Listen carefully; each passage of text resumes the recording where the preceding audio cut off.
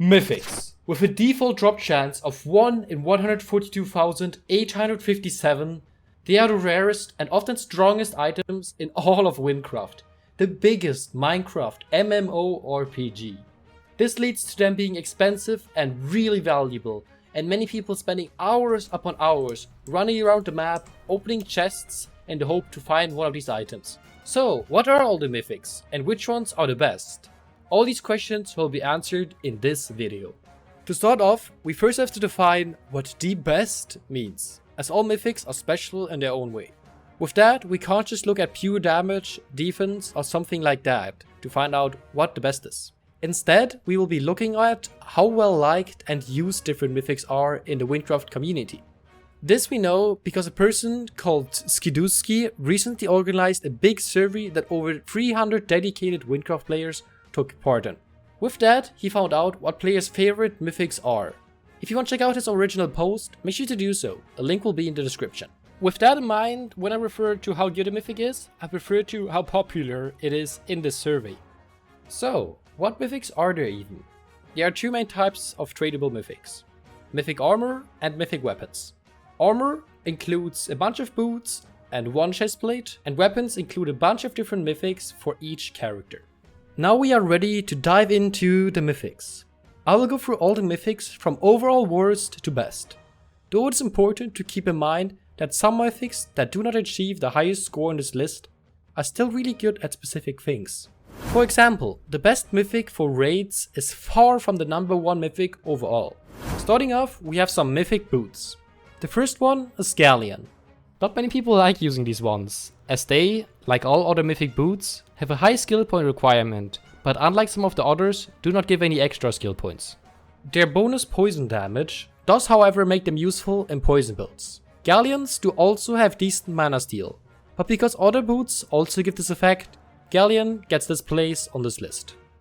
Next place, we have another mythic boot, that is Boreal, which has extremely high defense and agility skill point requirement, as well as not providing any extra skill points like Galleon, making it a pain to use. It does though provide some good health regen, so it could be used for that in some situations.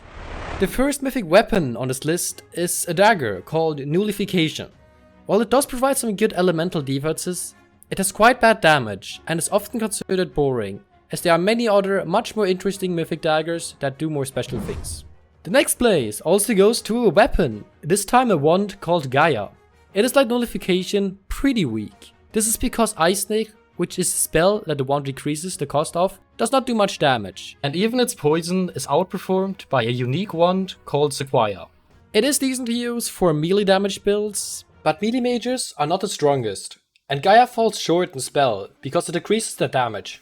Now we jump to a Relik, Sunstar. This item has good base attack damage, but its low attack speed makes it annoying to use as you have to use tons of other items to increase your attack speed. Its 115 dexterity requirement automatically makes it quite glassy, and it is outperformed by another quite similar relic called Immolation that I will take a look at later. While being many people's least favorite mythic, mainly because its cheap price point, which upsets most loot runners if they do find it, Stardew does provide some decent additional damage, but falls short in not giving any additional skill points, as well as there being other boot options out there that do also provide extra damage, but no negative mana regen. Revenant does not either provide any extra skill points and requires many to use. It does provide 7 different identifications, such as the -4 spell cost, which can be really useful in specific builds where you want to reduce that spell cost. It does also offer lots of extra walk speed. The first warrior weapon on this list is Convergence. It is like Nullification, often considered boring, and it doesn't perform especially well. Its identifications don't fit together too well, as well as most people not being a big fan of spamming uppercut, which this spear is designed to do, as it can be quite frustrating if in a group, if you keep on launching the enemy mobs in the air so they can't hit them. The first bow on this list is As, which is just a weak bow compared to other mythics. This is because it is a level 74 mythic, which means it will have lower stats than level 100 mythics. On the other side, it is crazy good for leveling, as it also provides some XP bonus and crazy damage at level, but it's barely usable in endgame builds. Hadal is a water relic that can be used for spell spamming, but its 130 intelligence skill point requirement makes it hard to make builds with. Next up we have two of the cheapest mythics out there that you can sometimes get for under 10 liquefied emeralds. The first is Dawnbreak, which like all previously mentioned boots does not give any extra skill points. It's most commonly used in spell steal builds, which are builds that rely on mana steal that Dawnbreak is perfect for. This is because it provides mana steal and lifesteal, as well as having a negative attack speed, which increases the chance of the previous mentioned identifications to take place. Slayer is the first mythic boot that does provide a few extra skill points. Its positive attack speed and attack damage make it good in melee builds. Even with this upside, there are some other mythic boots that are often preferred by people in melee builds, which is why they, even though they aren't really a bad mythic, have gotten this place. Next we have a mythic with a hard to pronounce name. The name is Quetzalcoatl, which is a mythic wand that is underwhelming in melee and has gotten such a low place because most people don't like using lifesteal mage. It can though do crazy damage with meteors and is the only one in the game that provides jump height. So if you are mage and are after that, it might be the right thing for you. Moontower, while being somewhat more popular than Slayer and providing more skill points than it's not really a strong mythic. It does however provide some good extra walk speed, and its positive skill points in intelligence and agility make it perfect for a warp loot run build, where you wear a crafted helmet that requires a lot of intelligence. The Relik Absolution itself is not too bad. It provides a ton of positive identifications, such as extra health and mana regen, which makes it useful in tank spell damage builds. But using Shaman to deal spell damage is not the strongest at this point, which is why it got such a low place. The same thing goes with the relic Immolation, which while instead of providing a health boost like Absolution did, it removes health. On the positive side, it does more damage, and your totem can heal you a lot, making it tanky as well. Because of this, it is usually quite a lot stronger than Absolution. Archangel is another one of those low level mythics that aren't really well suited for endgame builds, as it is unlocked for level 69. Nice. It is with that really good and tanky dagger at level. This weapon is also special in the way that it is a side skin, as an assassin weapon. At endgame level, it is however only used for walk speed or meme builds. Apocalypse is just like Archangel, another one of those low level mythics that just lack in raw power. It is mostly used in tier stack builds, which are builds that use a weapon with slow attack speed and high damage, and then increase the attack speed with positive attack speed identifications on the armor. It is also one of, if not the cheapest mythic weapon at this point. The Dagger Grimtrap is used in different heavy builds. These are builds that counterattack often because of slow attack speed for melee damage or high spell cost for spell damage, but deal a lot of damage each time they attack. Grimtrap's extra poison damage is a good add-on for this, but it is normally not used for pure poison damage. This weapon is however often seen as weaker than many other mythics. The bow Epoch is mostly used in tier stack builds, but can also be used in hybrid builds, which are builds that use both spell and melee damage, as well as in heavy melee builds. It provides good damage and doesn't have any dramatic downside to it, besides perhaps the 140 skill point requirement. Thundracrack is another medium tier mythic. Even though it decreases its uppercut cost less than Convergence, it is a more full-rounded mythic and can be used in a variety of builds. It is also at the moment one of the cheaper mythics. Warchief is one of the cheapest mythics, mainly because it's a high-level mythic boot which makes it very common. The high skill point requirements can make it difficult to use, but this can pay off, especially for glass cannon builds, as it gives a ton of damage as well as quite good health. A great wand to use for mage tanks is Monster, mainly because it gives extra health. With that in mind, and mage itself already not doing too much damage itself, it lacks in raw power and damage. Its extra heal cost does though make it a bit annoying to use as a tank healer, and other ones are more suitable for this. Though it is very comfortable and easy mythic to use, and has a low price.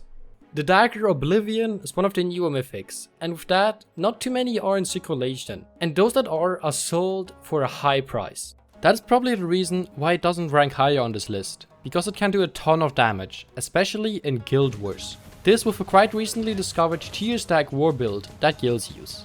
Keep in mind that it comes with huge negative mana regen that you need to cancel out for normal builds, which can make it hard to make builds with. Fatal is one of the best ones to use for spell spam as mage. There isn't too much to say about it. It's a mediocre mythic that is quite good at what it does, but not really amazing in any other way.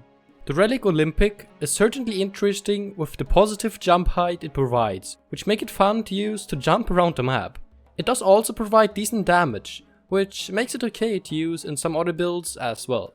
Fantasia, another relic, is mainly used for rainbow damage. It reduces the cost of all spells, which also makes it great for spell spamming. But, as also mentioned earlier, Shaman spell is not the greatest right now, but might become a lot more powerful in the next update. Lament is an actually widely used wand. It's mainly used by people loot running to heal when they lose health. It can also be used for different healing builds because it's negative healing cost. It does also provide some decent spell damage, so it can work for that as well. An all-around bow that basically works for everything is Freedom. It isn't amazing in any real way, but it's great if you just want something that works. In addition to its good base damage, the bow has great defensive buffs and some mana regen, making it good all around. Ignis is the first mythic in this video that has a major ID. That is the Heart of the Pack, which gives nearby players 30% of the health you naturally regenerate. Ignis is used in fire builds and is a part of tank builds. The large amount of raw health regen and health buff help a lot in survivability. And the major ID makes it possible to play Archer as a support/healing class by using the weapon. At the next place we have another mythic bow, making it 3 bows in a row. This one is Divzer, which is a mythic thunder bow. It is very high damage, but in exchange it also gives a heavy amount of negative defensive skill points. It is one of the best bows with the highest attack speed in the game. With this, it becomes the ultimate glass cannon bow that make it the best mythic bow for Guild Wars. Though, if you are hit with this, you're almost instantly dead, which makes it hard to use. Aftershock is a level 77 mythic relic. Even though it's lower level, it is still crazy high damage, especially in tier stack builds. Together with Stonewalker buff that you can get in raids, it becomes crazy strong, which makes it a lot of people's favorite relic to use in raids. There's a bug right now with the explosive impact identification being bugged with it, which makes it even stronger in raids. This will probably be fixed in a future update, making it somewhat weaker. Resurgence is the second best mythic boot. It is the best boot for spell builds as it gives up to 8 mana regen as well as a lot of intelligence. The negative spell damage it comes with make it a bit weaker, but it's still usually worth it for the mana regen and health regen that you get from it. Inferno is a fire dagger, and the rework in the most recent update shot Inferno into the meta. It is often used in tier stack and sometimes heavy hybrid builds with Dawnbreak. It is used for solo guild wars and one of the best mythic for raids, especially the Canyon Colossus, if you get the Stonewalker buff. Its extra health that it gives also makes it quite tanky. Grandmother is notable for its high earth damage capabilities. It is often used with earth powdered armor for increased damage with the Rage powder special. This increases your damage the lower your health is. And since Grandmother gives you quite a lot of health drain, you often get low on HP, which make it the ultimate combo. With this, Grandmother players are often at 1 HP. The huge addition of agility though allows you to take some hits, as you have a chance to dodge attacks with high agility. The highest melee attack damage mythic for warrior is by far Alkatraz. It's extremely high damage, making it amazing to use in guild wars. But it does struggle in solo builds, as it basically always needs something to give it health. It is normally used in tier stack builds, so with items that increase its attack speed. Singularity is a mythic rainbow wand, dealing damage in all elements. It has a grand total of 15 powder slots, which is the highest of any weapon in the entire game. The weapon can be used efficiently in both melee and spell builds. It also has good survivability, with its extra health regen and it being a weapon for mage class, which has the heal spell. With this and its decent damage, it is a lot of tryhard's go-to weapon for raids, as the Stonewalker buff with the ability to heal makes it extremely strong. Hero is an air spear, requiring a minimum agility of 110 to wield. It is the highest walk speed spear in the game and is famous for its powerful major ID, which gives a large buff to both damage and defense to all nearby players when the player's health is under 50%. Additionally, the weapon has a large skill point buffs, most notably plus 30 agility. It's often used for dueling, but also for forgery and raids. Collapse, another spear, focuses on rainbow damage. It has good base damage and a special major ID, Fission, that makes explosions from your exploding ID twice as big and twice as strong. This together with the explosive impact major identification given by Scarlet Veil that makes your explosion identification trigger each time you hit a mob makes this a strong weapon because of all the explosions.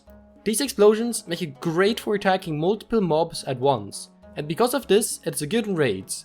Spring is a great water bow that offers high damage, high mana regen and even some reduced third spell cost. It is easy to create builds with, and it is perfect for spamming spells. It is also great in raids because many buffs increase water and spell damage. With that all the spells, and especially bomb spell, become really strong. Pure is an extremely low level mythic wand, requiring only 65 combat levels. Its extra XP boost make it great to use for leveling, as well as it doing great damage compared to other low level ones. It also has a major ID called Entropy, that makes meteors from the meteor spell fall 3 times faster. This is probably why this mythic ranks so high, as that major ID makes it extremely fun to use. Keep in mind that because it's low level, it's not as strong as endgame mythic wand, but still can do decent damage with meteor spam. We are now at the top 10 mythics. At number 10, we have one of the weapons with the highest base damage in the game, Cataclysm, a Thunder Dagger. Its big downside is the 120 dexterity requirement and massive negative health that it comes with. With that, it's an extremely risky mythic to use, but rewarding if you manage to stay alive. At number 9, we have a mythic that allows for extreme walk speed, Stratusformus. Because of its extra speed, it's great to use for archer loot running. Some people even use it for damage, and it can also be used as a secondary bow to move around quickly, together with for example Spring or Grandmother. The last mythic boot on this list, so with that the best pair of mythic boots and the most popular ones are Crusade Sabotants. They can just be slapped onto a build to make it tanky, because of the amazing extra health it gives, as well as improving damage thanks to the plus 20 strength. Because of this, it is the most popular mythic to use for raids, as you often take a lot of damage there. Its level requirement is also kinda low. The 7th left mythic in the game is the Spear Guardian. While it does not offer great damage, it's the tankiest mythic there is. It gives up to 7800 extra health and insane health regen. It also has a great major ID that helps teammates in wars, raids and dungeons. That is called, just like the weapon, Guardian. This takes 50% of damage taken by nearby allies and redirects to you. With this, it is the most popular mythic for wars as it helps starters. At number 6 overall, we have an extremely spammable dagger, Nirvana. Nirvana comes with a major ID called Transcendence, which makes half your spells cost nothing to cast. If you use this with Time Rift, which comes with the Sorcery major ID, that gives you a 30% chance for spells and attacks to cast a second time at no additional cost, it becomes the ultimate spell spamming build. This makes the damage almost comparable to Cataclysms, but with a lot more health. The top 5 mythics can all be used in some way to get money. At number 5, we have Toxoplasmosis, which is a relic with super high poison damage. This makes it amazing for mob grinding, and has historically been used to get mythics from mobs. But as that mythic making way has gotten nerfed, it is today mostly used for ingredient grinding. Besides that, the poison makes it overpowered in PvP situations. At number 4, we have the only mythic chestplate in the game, Discoverer. It doesn't offer any health or any extra damage, but it does give you up to 200% loot bonus, which makes it an almost must-have if you are grinding for mythics, to increase your chances of finding one by increasing your drop rates. It also gives some XP bonus, but no one really cares about that since there are other chestplates that offer higher XP bonus. Number 3 goes to Idol, a spear that is mostly popular for warrior loot running. This is because it reduces the charge cost by quite a bit, which is warrior's main movement spell. Besides that, it also does great damage as warrior mythic, which is why it is the number 1 warrior mythic on this list. The second most liked, and with that the second best mythic, is Weathered. Its major identification, which is Roving Assassin, make it so that mana is no longer drained while in Vanish. This, with its additional walk speed, makes it the best assassin loot running dagger in the game. But it isn't just used for loot running. The major ID makes it fun and unique to use in combat builds as well, even though it has lower damage than many other daggers. Lastly, the best and most used mythic in the entirety of Wynncraft is Warp. It got this place because it's the mythic that helped most people of the rich players get to where they are, and it's overall the best mythic to get more mythics. This is because it has a huge negative teleportation spell cost that allows players to easily fly between chests to loot run thousands of them to find a mythic item. It has also recently become popular in some builds outside of loot running, from people spamming teleportation spell to deal damage. The challenge for making a good build with this is the huge negative health regen and negative mana regen that it comes with. Which is also why most people also lose a lot of health while loot running and are carrying something like a Lament that I covered earlier while going from chest to chest. But that's all the mythics. If you enjoyed it and you learned something new, make sure to subscribe and I will see you guys next time. Bye!